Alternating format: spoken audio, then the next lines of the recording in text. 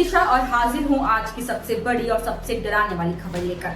Gaza एक ऐसा इलाका जो पहले ही भूख, प्यास और गोलाबारी से जूझ रहा है और अब सामने आया है एक ऐसा हमला जिसने इंसानियत के जिस्म पर सबसे गहरा जख्म छोड़ दिया है। ये हमला सिर्फ बम और गोलों का नहीं था, बल्कि पत्रकारिता पर भी था, डॉक्टर पर भी था और उन मासूमों पर भी था जो अस्पताल में जिंदगी की आखिरी उम्मीद लेकर आए थे।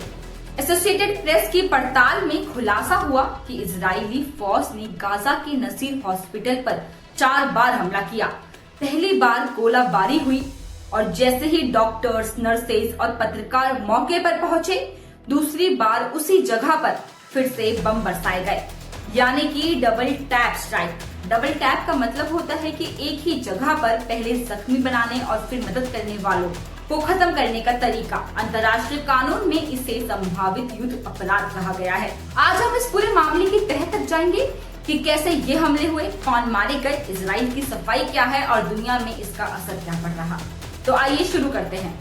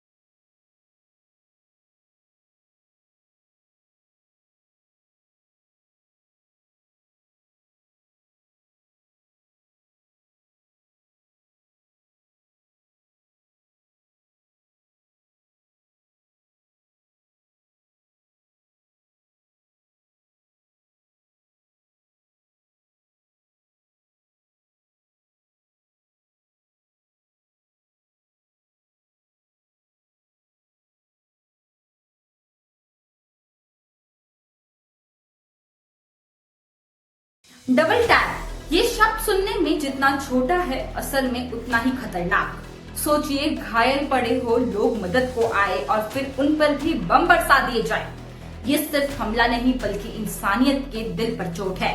आज पूरी दुनिया पूछ रही है, क्या ये गलती थी या फिर प्लानिंग के साथ लिया गया एक कदम। जवाब का इंतजार है, लेकिन सवाल हर गली गली गूंज रहा है। इस हमले में सबसे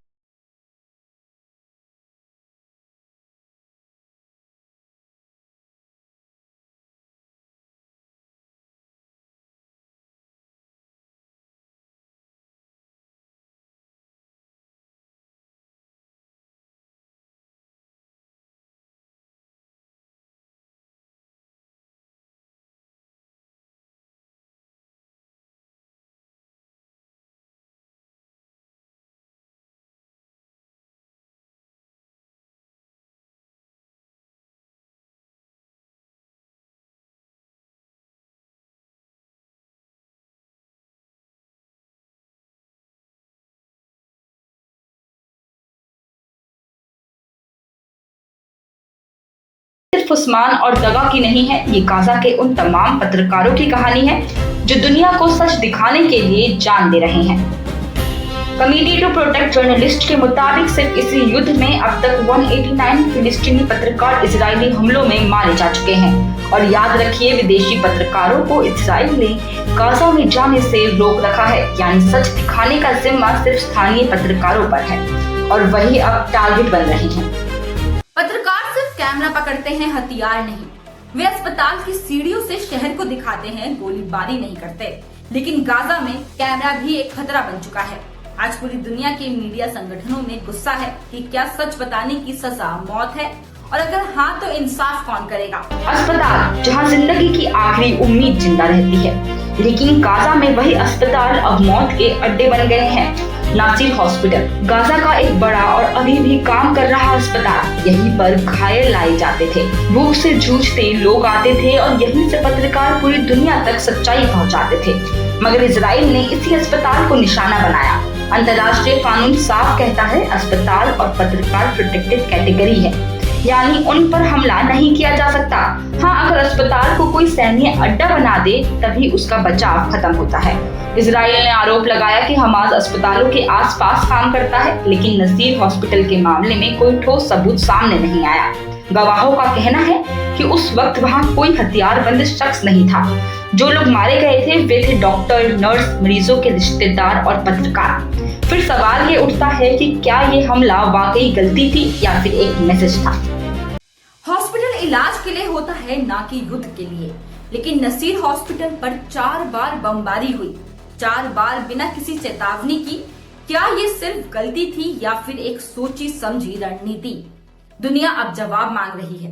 एबी की जांच में एक और बड़ा खुलासा हुआ। नसीर हॉस्पिटल पर हमला टैंक शेल से किया गया था। टैंक शेल्स यानी भारी विस्फोटक गोले से, जबकि इजराइल के पास गाइडेड हथियार थे जो सटीक निशाना लगा सकते हैं और कम जान ले सकते हैं। तो फिर टैंक क्यों इस्तेमाल किए गए? रिटायर्ड जनरल इजराइल सिर्फ खुद मानते हैं कि डबल टैप आर्मी के नियमों के खिलाफ है और टैंक शेल्स का इस्तेमाल एक बड़ी गलती है। Munitions expert NR Jensen Jones ने शेल्स के टुकड़ों का विश्लेषण किया। नतीजा ये वही टैंक शेल्स थे जो इजराइल इस्तेमाल करता है। सैटेलाइट इमेज से भी साफ है, हमले के वक्त टैंक महज 4.5 किलोमीटर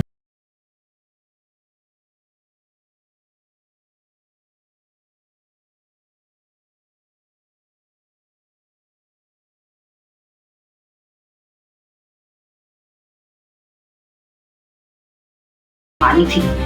टैंक शहर बचाने के लिए होते हैं, अस्पताल उड़ाने के लिए नहीं। लेकिन गाजा में टैंकों से गोलीबारी हुई, वो भी अस्पताल पर, और फिर कहा गया ये योजना का हिस्सा नहीं था। तो सवाल है फिर योजना थी क्या? डबल टैप स्ट्राइक यानी कि अंतर्राष्ट्रीय कानून में इसकी तुलना वॉर क्राइम से होती है, क्योंकि अस्पताल पर हमला हुआ, पत्रकार मारे गए और मदद करने वालों पर दोबारा बम बरसाए गए। ह्यूमैनिटेरियन लॉ के मुताबिक ये तीनों काम अपराध की श्रेणी में आते हैं। एक्सपर्ट्स कहते हैं कि डबल टैप वही रणनीति है जिसे रूस, सीरिया और आतंकी संगठनों ने इस्तेमाल किया है, और अब यही पैटर्न गाजा में दिख रहा है। फिलिस्तीनी रेड क्रेसेंट का आरोप है उनके एम्बुलेंस और कर्मियों पर भी कई बार ऐसे हमले हुए, लेकिन इजराइल कहता है कि जांच जारी है। प्रधानमंत्री बेंजामिन नेतन्याहू ने इसे ट्रैजिक मिसाइल कहा, लेकिन माफी नहीं मांगी। यानी मुद्दे का निचोड़ ये है कि हमले को गलती मान लिया गया, लेकिन इंसाफ की कोई गारंटी नहीं। वॉर क्राइम ये शब्द अब हवा में तैर रहा। अस्पताल, पत्रकार और डॉक्टर जिनकी रक्षा होनी चाहिए थी वही मारे गए। नेतन्याहू कहते हैं ट्रैजिक मिसाइल, लेकिन दुनिया पूछ रही है क्या इंसानियत की हत्या को सिर्फ मिसाइल कहकर टाला जा सकता है? इस हमले की सबसे दर्दनाक तस्वीरें गवाहों ने सुनाई। पत्रकार इब्राहिम ओनम बताते हैं, पहले धमाके के बाद मौज अबू ताहा ने मुझे नीचे से हाथ हिलाकर कहा हुसाम शहीद हो गया है, और उसी वक्त दूसरा धमाका हुआ जिसने मौज की भी जान ले ली। दगा के भाई सदीक ने कहा, मैंने अपनी बहन का शव खुद उठाया। पैलेस्टीनियन रेड क्रेसेंट के प्रवक्ता ने कहा, डबल टैप कई बार हो चुका है, हमारी एम्बुलेंस और टीम पर भी ऐसे हमले हुए। गाजा पहले ही अकाल से जूझ रहा है। लोग अस्पतालों में इलाज और खाने की उम्मीद लेकर आते हैं, लेकिन अब अस्पताल खुद मौत का ठिकाना बन गए हैं। इजराइल ने विदेशी पत्रकारों को बैन किया है, यानी सच दिखाने का एकमात्र जरिया वही के स्थानीय पत्रकार, और अब वही पत्रकार मिटाए जा रहे हैं। ये हमला सिर्फ गाजा की दीवारों पर नहीं बल्कि पूरी दुनिया की अंतरात्मा पर दर्ज हो चुका है। तो ये थी गाजा की नसीर हॉस्पिटल की वो कहानी जहां 4 बार बमबारी हुई। पहला धमाका जख्मी, दूसरा धमाका मदद करने वालों पर हमला, और फिर वही पैटर्न, पत्रकार, डॉक्टर, रिश्तेदार, सबका सफाया। ये सिर्फ एक अस्पताल नहीं, इंसानियत का इम्तिहान था। इजराइल कहता है जांच चल रही, तो वही नेतन्याहू कहते हैं ट्रैजिक मिसाइल। लेकिन पूरी दुनिया पूछ रही है कि क्या मासूमों की मौत को मिसाइल कहकर टाला जा सकता है? गाजा में जब कैमरा भी खतरा बन जाए, अस्पताल भी मैदान जंग बन जाए और मदद करने वाले भी निशाना बन जाए, तो ये सिर्फ युद्ध नहीं, ये इंसानियत पर हमला है। आज के लिए इतना ही। ऐसी और खबरों के लिए देखते रहे GMT गाइड मेमो टॉक। धन्यवाद।